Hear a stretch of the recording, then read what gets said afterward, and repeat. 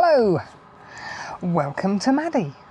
Well, this is my second trip away and we've come up to the Yorkshire Dales for the weekend.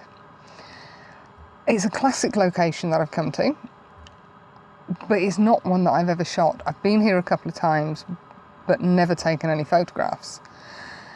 So as I was coming along for the first time this year, the temperature gauge read out 3 degrees and I got the frost warning. So it is a bit parky. I've pulled into the lay-by and there's 2 other camper vans, I think, and 3 or 4 cars. I popped the Wallace on and you might be able to hear a kind of humming noise in the background. That's just the heater. I've completely got used to it. I don't hear it anymore. But whilst I was waiting for the Wallace to go through its warm-up stage, I got out, I put the cab blinds in, so we're all nice and blacked out, no one can see in. Faffed around, got some food out, sorted my clothes out, by which time the stove was hot enough to boil a kettle of water, because I needed a cup of tea.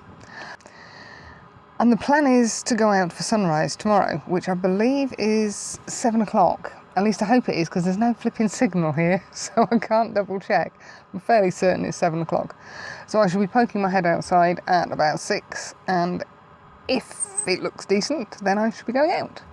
If it doesn't look decent, I shall be going back to sleep. And I am literally a 5-minute walk from the location that I want to be in, and that's perfect.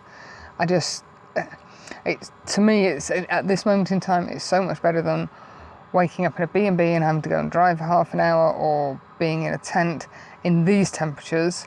Not my cup of tea. I do like to be warm. So I've had a cup of tea, I've had some food, I'm going to put the bed down and read for a little bit. I love reading and I haven't done enough of it over the last few years. So I'll catch up with you guys in about 8 hours.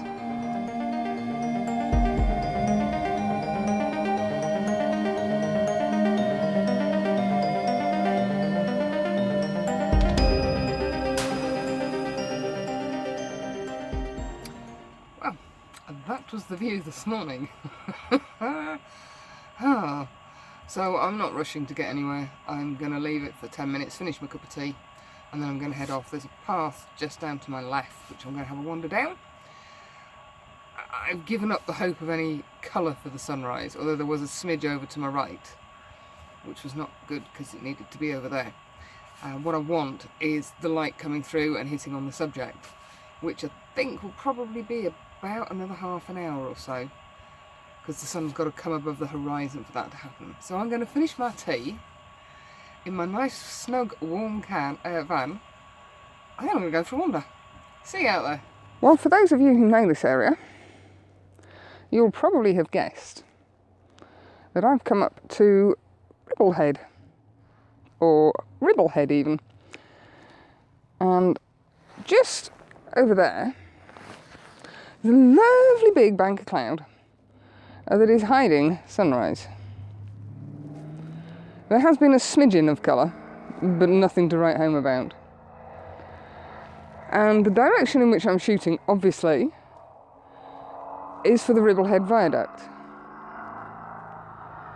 There she is, in all her glory.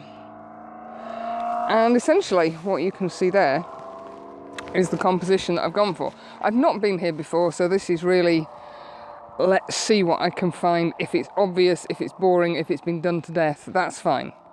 I need something to start me off with. So we've got the road, or the path leading in, then we've got the viaduct. We've actually kind of got some half decent cloud detail up there.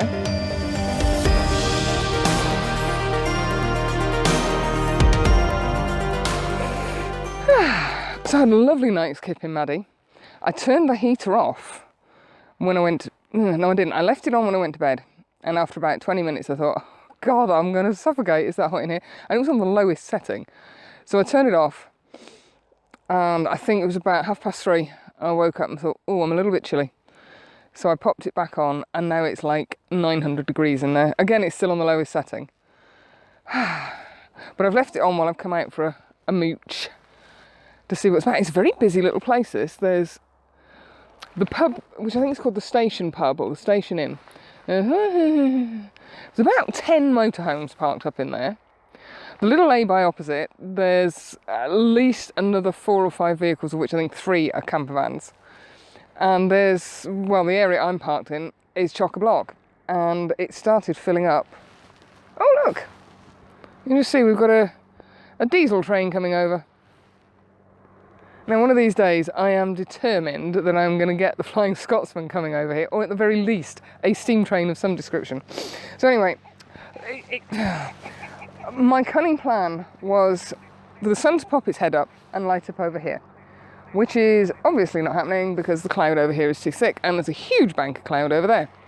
So my next plan was when the sun does actually poke its head above the hill and in between the banks of cloud, it should cast some light on this area, which is starting to go the lovely bronzy colours that you get in winter. You can see we've got green grass, then we've got bronzy areas, and it should throw some quite nice light on the bridge itself.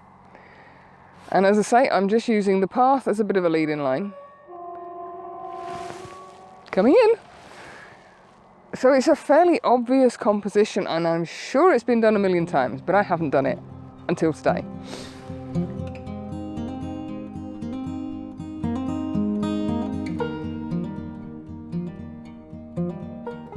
Now there, sorry, a group of walkers went past me and I suddenly started feeling a little bit shy, so I shut up. There is always a chance that my cunning plan could fail miserably, because